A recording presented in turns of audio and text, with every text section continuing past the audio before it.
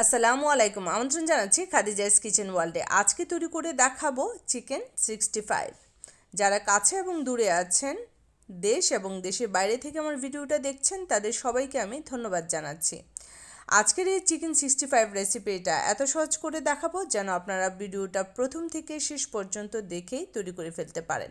তাহলে চলুন রেসিপিটি দেখে নিই। আমি এখানে বনলেস চিকেন নিয়েছি 700 গ্রাম। মুরগির যে বুকের মাংসটা থাকে সেটা নিয়েছি। আপনারা চাইলে কিন্তু বনসহ কিন্তু চিকেনটা নিয়ে নিতে পারেন। চিকেনটা কিভাবে কেটে নিয়েছি সেটা দেখতেই পাচ্ছেন।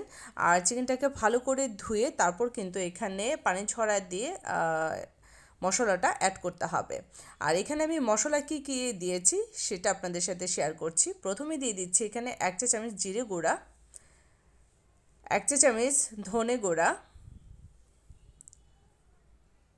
আর এখানে নিয়েছি আমি হাফ চা চামচ জর্দা রং কালারটা ভালো আসার জন্য।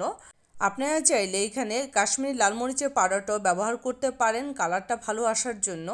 আর আমি এখানে যে মরিচের পাউডারটা ব্যবহার করছি, এই মরিচের পাউডারটাতে ঝাল কম, সেজন্য আমি এখানে 1 টেবিল চামচ ব্যবহার করেছি। আপনাদের মরিচের গুঁড়াটা যদি ঝাল থাকে সেক্ষেত্রে কম ব্যবহার করতে পারেন। লবণ পরিমাণ মতো, টক দই 1 টেবিল চামচ, আদা রসুন বাটা 1 চা চামচ করে দিয়ে দিয়েছি। আর এটাকে ভালো করে মাখিয়ে আপনি যদি 1 ঘন্টার জন্য এটা রেখে দিয়ে তারপর কিন্তু এটা ভেজে নেন, এতে কিন্তু খেতে খুব ভালো লাগে। আর সেটা যদি করতে না চান, আপনি সাথে সাথেও এটা 10 মিনিট রেখে দিয়ে তারপর কিন্তু চিকেন 65টা ভেজে নিতে পারেন। আর এটা আমি 1 ঘন্টার জন্য রেখে দিচ্ছি। 1 ঘন্টা পর এটার সাথে অ্যাড করছি একটা ডিমের সাদা অংশ। আর এই চিকেনটা থেকে একটু ক্রিসপিনেস আসার জন্য এখানে আমি ব্যবহার করছি 2 টেবিল চামচ কর্নফ্লাওয়ার। আর এটার কোটিংটা যেন ভালো হয়, মানে বাইন্ডিংটা যেন ভালো আসে, সেজন্য আপনাকে এটাকে মাখিয়ে নিয়ে বুঝে নিতে হবে। আর এটা কোটিংটা খুব বেশি মোটা করা যাবে না, আর খুব পাতলাও করা যাবে না, ঠিক এরকম একটা কোটিং করে নিতে হবে। আর এটার মধ্যে আমি এখন চালের গুঁড়া অ্যাড করে দেব 1 টেবিল চামচ, যেন এটার ক্রিসপিনেসটা বেশ ভালো আসে। আর এটাকে ভালো করে মাখিয়ে নিয়ে তারপর কিন্তু আমি এটাকে ফ্রাই করে নিচ্ছি। যখন তেলে থেকে ঠিক এরকম বাবলসটা আসবে তখনই কিন্তু এই চিকেনটাকে ভেজে নিতে হবে। আর মিডিয়াম ফ্লেম করে কিন্তু আপনার এই চিকেনটাকে ভেজে নিতে হবে। লো ফ্লেম করে দিয়ে আপনি যদি চিকেনটা ভেজে নেন, এতে করে কিন্তু চিকেনটা ক্রিসপিনেস হবে না। আশা করছি আপনারা বুঝতে পেরেছেন। আর একটা ব্যাচ ভেজে নেওয়ার পর আরেকটা ব্যাচ ভেজে নিতে হবে, কারণ তেলটা যখন ঠিক এরকম বাবলস আসবে তখনই কিন্তু আপনার চিকেনগুলোকে ভেজে নিতে হবে। আর একটা পাশ হয়ে গেলে আরেকটা পাশ উল্টিয়ে দিয়ে তারপরে কিন্তু আপনার এই চিকেনটাকে ভেজে নিতে হবে। আশা করছি আপনারা বুঝতে পেরেছেন। দেখতে পাচ্ছেন চিকেনের কালারটা কতটা সুন্দর এসেছে। আপনারা চাইলে কিন্তু এখানে 1 চা চামচ গোলমরিচের গুঁড়া, আবার কেউ চাইলে 1 চা চামচ লেবুর রসও অ্যাড করে দিয়ে ম্যারিনেট করে তারপর কিন্তু রেখে দিতে পারেন, তারপর চিকেনটাকে ভেজে নিতে পারেন।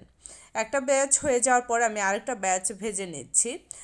আর এই রেসিপিটা খুবই সহজ, আপনারা একবার তৈরি করলেই বুঝতে পারবেন। আজকের রেসিপিটা ভালো লেগে থাকলে লাইক, শেয়ার, কমেন্ট এবং সাবস্ক্রাইব করতে ভুলবেন না। এরকমই নিত্য নতুন রেসিপি পেতে নোটিফিকেশন বেলটি অন করে রাখবেন। সবগুলো চিকেন আমি এখানে ভেজে নিয়েছি। আর এই চিকেনের আরও একটা স্টেপ আছে, সেটা আমি আপনাদেরকে দেখে দিচ্ছি কি করতে হবে। আমি প্যানের মধ্যে সামান্য পরিমাণ তেল দিয়ে দিয়েছি, আর এটার মধ্যে মিহি কুচি করে নেওয়া রসুন কুচি দিয়ে দিয়েছি। আপনারা চাইলে এখানে সামান্য পরিমাণ আদা কুচিও দিতে পারেন, সেটা মিহি কুচি করে দিতে হবে। আর ড্রাই কারি পাতা অ্যাড করে দিয়েছি সামান্য পরিমাণ। আপনাদের যদি একদম সবুজটা থাকে সেখানে আপনারা কারি পাতা সবুজটা ব্যবহার করতে পারেন। আর এটা যখন একদম ব্রাউন কালার হয়ে আসবে তখন এখানে চিকেনটা দিয়ে একটু নেড়ে চেড়ে নিয়েই কিন্তু আপনি সাথে সাথে এটাকে উঠিয়ে নিতে পারেন। আর চিকেন 65 একদম রেডি খাওয়ার জন্য। আর আজকের এই রেসিপিটা আপনাদের কাছে কেমন লেগেছে অবশ্যই আমাকে কমেন্ট করে জানাবেন। ভিডিওটা দেখা শেষ হয়ে গেলে একটা লাইক দিতে ভুলবেন না। আপনাদের একটা ভালো কাজ অন্যের জীবন বাঁচাতে পারে, তাই বেঁচে যাওয়া খাবারটি ফেলে না দিয়ে অন্যকে খেতে দিন। নিজে ভালো কাজ করুন, অন্যকে ভালো কাজ করতে উৎসাহিত করুন। আজকের মতো এখানেই বিদায় নিচ্ছি। আল্লাহ হাফেজ।